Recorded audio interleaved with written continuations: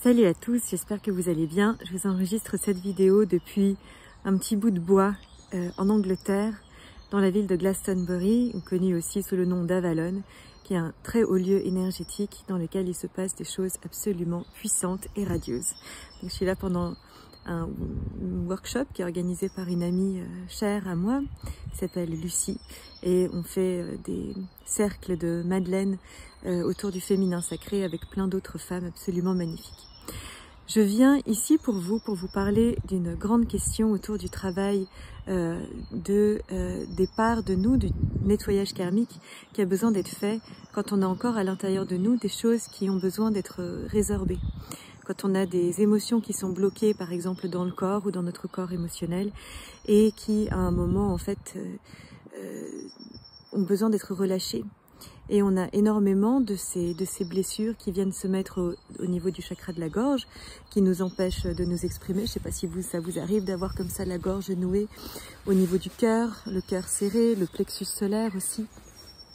Il y a énormément d'endroits comme ça qui font que, et surtout aussi dans l'utérus pour les femmes, qui font qu'on peut mal vivre dans notre vie. Et ça peut être lié à des vies précédentes, ou ça peut être lié à cette vie-ci, ça peut être lié à nos ancêtres, ou même au karma collectif, à l'inconscient collectif humain. Et je me suis posé la question de savoir si, quand on libère ces émotions, ce karma, si c'est obligatoirement dans la douleur que ça se passe. Parce que souvent, ça fait des gros lâchers d'émotions qui sont assez inconfortables en fait pour l'être humain à traverser. Et est-ce que c'est vraiment bien nécessaire de faire cette traversée? Donc j'ai posé la question à 3 êtres qui me guident. Donc j'ai commencé par poser la question à Paramahansa Yogananda, qui est mon maître et mon gourou, et qui lui me dit que lorsqu'on ouvre notre être à la conscience divine, c'est comme si on ouvrait la porte à un courant d'air divin. Donc il m'a montré l'image d'un souffle divin qui vient traverser tout notre corps, tout notre être, une belle lumière dorée, christique, qui purifie, qui nettoie tout et qui nous élève sur une fréquence vibratoire supérieure. Et depuis cette fréquence vibratoire supérieure, plus rien ne peut nous atteindre et la résolution se fait automatiquement. Et ensuite, j'ai demandé à Isis qui me dit qu'il est essentiel d'aller se déposer, s'asseoir aux côtés du puits intérieur, dans notre puits qui est situé au niveau du bas-ventre, et de consulter toutes ces mémoires, toutes ces blessures, pour voir ce qu'elles ont à nous dire, pour les écouter, pour les entendre, pour les soigner, pour être une mère, un père vis-à-vis de toutes ces émotions qui ont besoin d'être comprises, entendues et aimées pour pouvoir être libérées. Donc ça, c'est une autre version. Et ensuite, j'ai demandé aussi à Marie-Madeleine,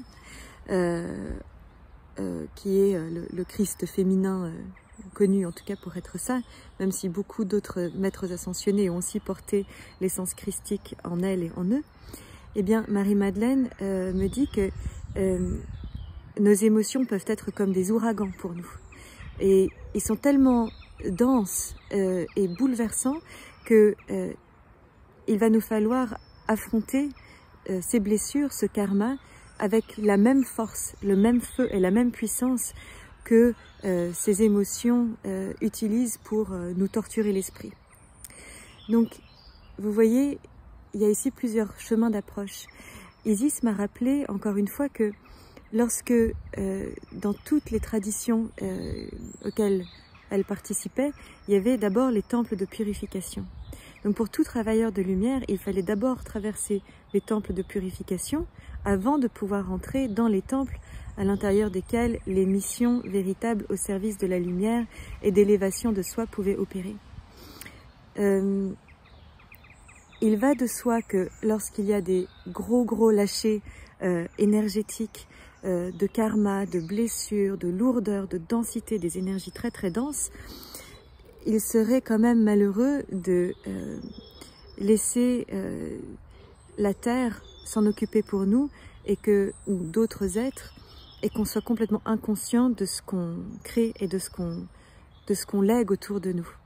Donc en tant qu'être humain, et surtout en tant que travailleur de lumière, parce qu'on fait un travail de lumière ici sur Terre, et on est là pour accompagner les êtres qui sont en chemin et les âmes plus jeunes, il va nous falloir transmuter ces émotions de la manière la plus élevée pour pouvoir aider les autres personnes à transmuter leurs parts qui sont encore à l'ombre de leur lumière, pour qu'on puisse créer un monde meilleur et un monde plus éclairé avec des êtres responsables. Donc, il faut qu'on soit responsable de nos émotions et il faut qu'on les prenne en main et qu'on les balance pas n'importe où, n'importe comment. Et là, j'en reviens aux enseignements de mon maître, Paramahansa Yogananda Guruji, qui me parle de cette lumière de source, de cette lumière de Dieu, de l'éternel qui vient entrer en nous, pénétrer en nous pour pouvoir nous aider à alchimiser tout ça. Et comme vous le savez, on parle beaucoup des rayons, les rayons universels. Et les rayons universels sont des aspects individualisés de ce prisme, en fait, de la totalité de l'essence qu'est l'éternel, de la conscience éternelle, divisée en plusieurs aspects, en 12 aspects. Et en fait, il y a tellement d'aspects avec lesquels on peut travailler. Il y a beaucoup de rayons, il y a beaucoup de flammes.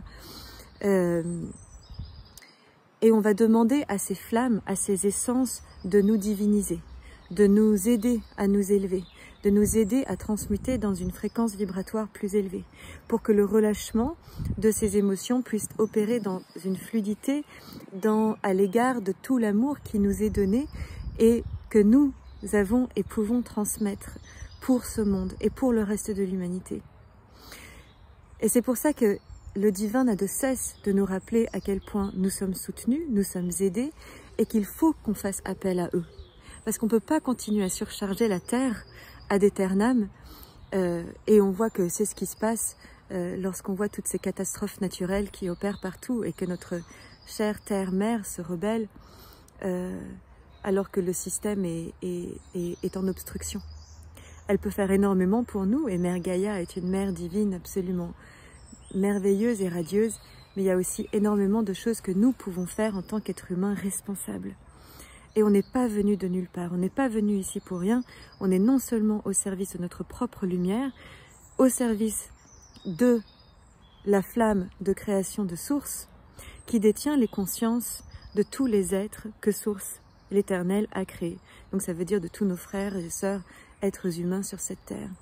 Et il va falloir qu'on aille s'unir, se mettre à l'unisson de la création pour pouvoir contribuer véritablement avec notre magnifique essence, avec notre cœur, avec notre conscience christique au niveau du front, dans le troisième œil,